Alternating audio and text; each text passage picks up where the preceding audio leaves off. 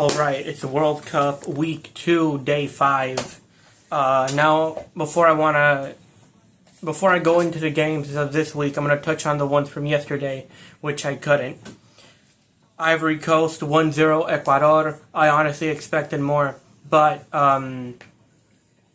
Ivory Coast played a partidazo. They were dominating basically the entire game, and last-minute goal by the Manchester United man himself, one of the magicians during Amorim's time, and a complete GOAT, I'll say. Amad Diallo with the last-minute goal to bring Ivory Coast to the victory. It was a partidazo, and honestly, it was entertaining. It got, you could feel it. You could feel the atmosphere from the stadium, going back and forth, counterattacking, chances to score. Ivory Coast just couldn't score until Amad just gave it the flick and it went in the net. But yeah, it was a great game, and I hope Ivory Coast make it to the knockout rounds. They played really good. They played with heart, and you can tell that they did not stop trying, and they finally did it.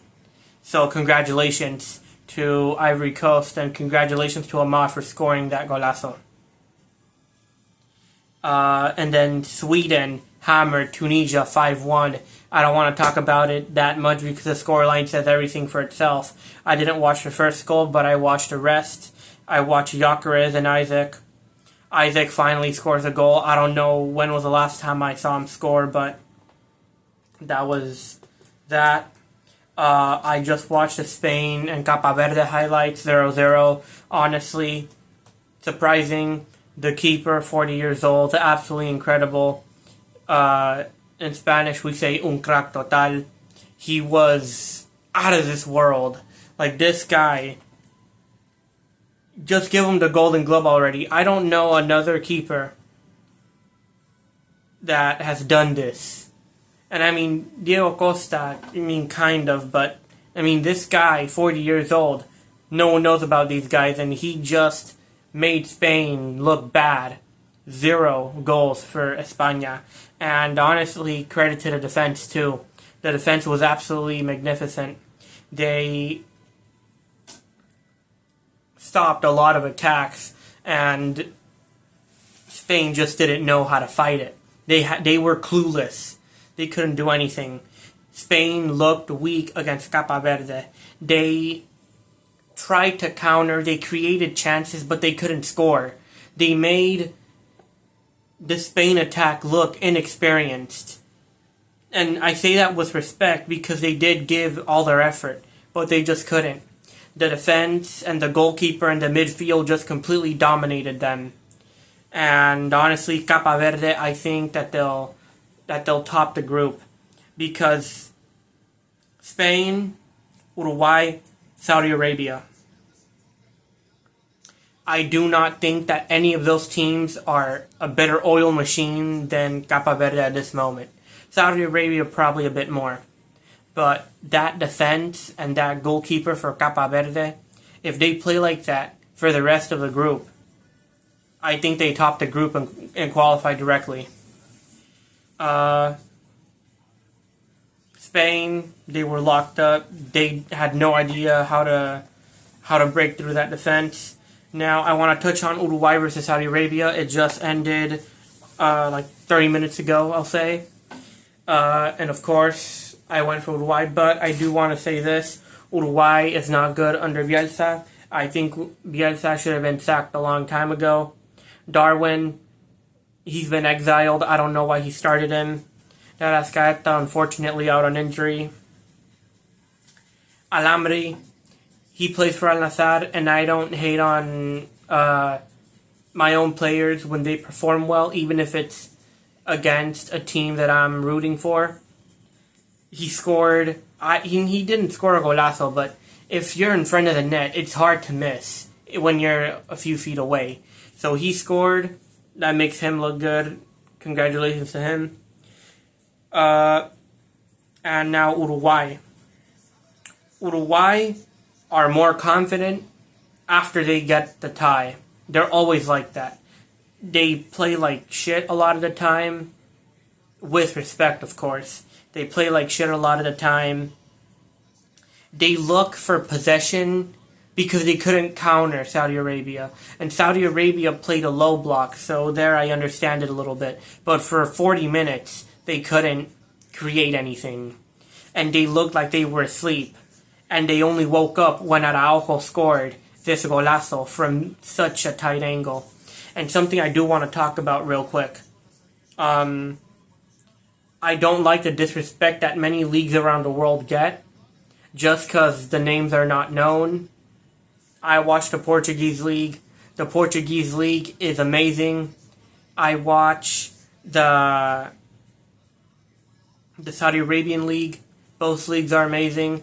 Araujo is an incredible player. He scores, not always, but he does score important goals when he scores, and he always provides assists when he needs to. And he's always there to make the difference. I don't like the disrespect that those leagues get, because you know what? Those leagues create players. Leagues like that develop players very well. Araujo scored this golazo, then Uruguay had some more momentum. The ref added like 7 or 10 minutes, something like that. Uruguay kept on creating, but they just couldn't score. Viñas did his best. Couldn't do anything. Darwin couldn't break the line. I don't like that he picked Darwin. Darwin hasn't played in months. But, whatever. That's that. It's in the past. Ugarte didn't play all that bad. He had some good shots, but it is what it is. Couldn't do much. Oliveira from Napoli. He's playing center back, and honestly, I see it because there were a lot of problems in the defense, especially with the injuries. Bentancur played decently. Ugarte played better than I thought he would, and so did Bentancur because they were exiled a while ago, like for a very long time. But you know what? They performed as best as they could, and they performed better than many of us thought they would have. Because you don't get these kind of performance from players that are exiled and who basically don't play. Varela played decently. I expected a bit more from Valverde. Cáceres did okay, and Viña just played like shit. Viña, the left back. Now I want to critique Bielsa this way. He played possession, but he doesn't know how to... And I mean, I know he's experienced, but creo que ya se le fue el fútbol. Ya se le fue el tiempo al Bielsa. Because I don't think he knows how to play a team with these players, with this much quality. Because how is he not getting results? He has amazing players on this team. And even after creating so many chances, he couldn't score. But it's not that. It's that it took them 80 minutes to get into the game. If you play like this in a World Cup knockout round, if you're asleep for even 40 minutes, you will be punished and you will probably get knocked out. So, I'm very... I critique Bielsa a lot with his tactics. I critique Bielsa a lot as someone who can't really manage teams with these kind of players who are top players and actually play very well. He doesn't know how to handle this team. But he did what he could. 1-1. I thought that Saudi Arabia would have beat them, but Araujo, clutch player, scores a golazo, and 1-1. Belgium versus Egypt, 1-1. I'm happy for Lukaku. I think he only scored 1 goal this season, but he got subbed on, and after 30 seconds, he scores the equalizer. Absolutely incredible for him and for Belgium. Congratulations to Lukaku. And I hope he scores in the next one.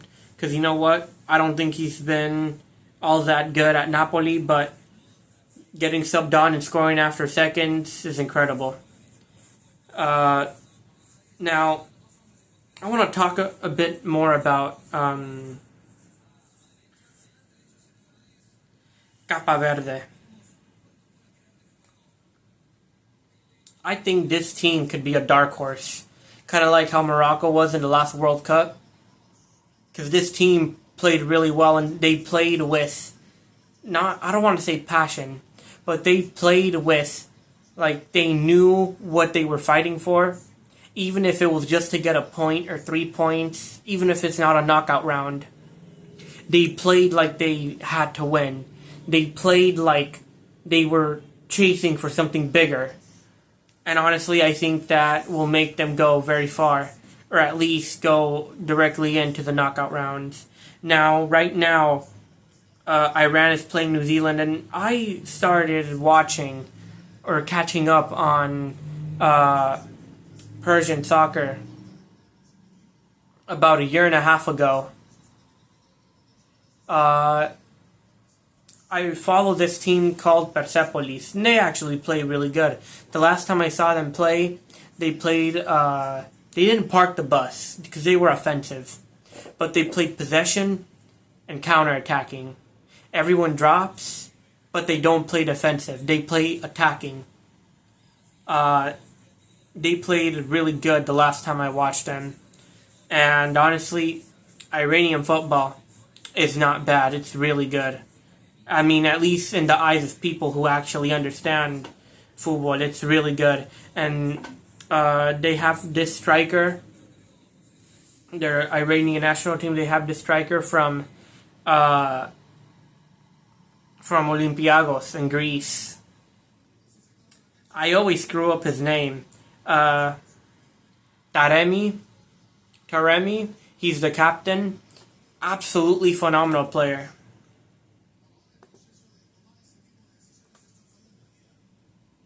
He's got 10 goals and 2 assists in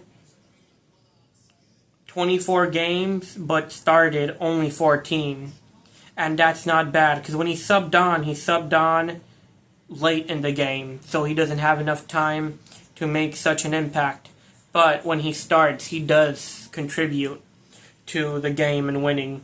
He plays striker and attacking mid, and I think that'll work really well for how Iran has set up to play the game. And that's it for now. See you on the next one.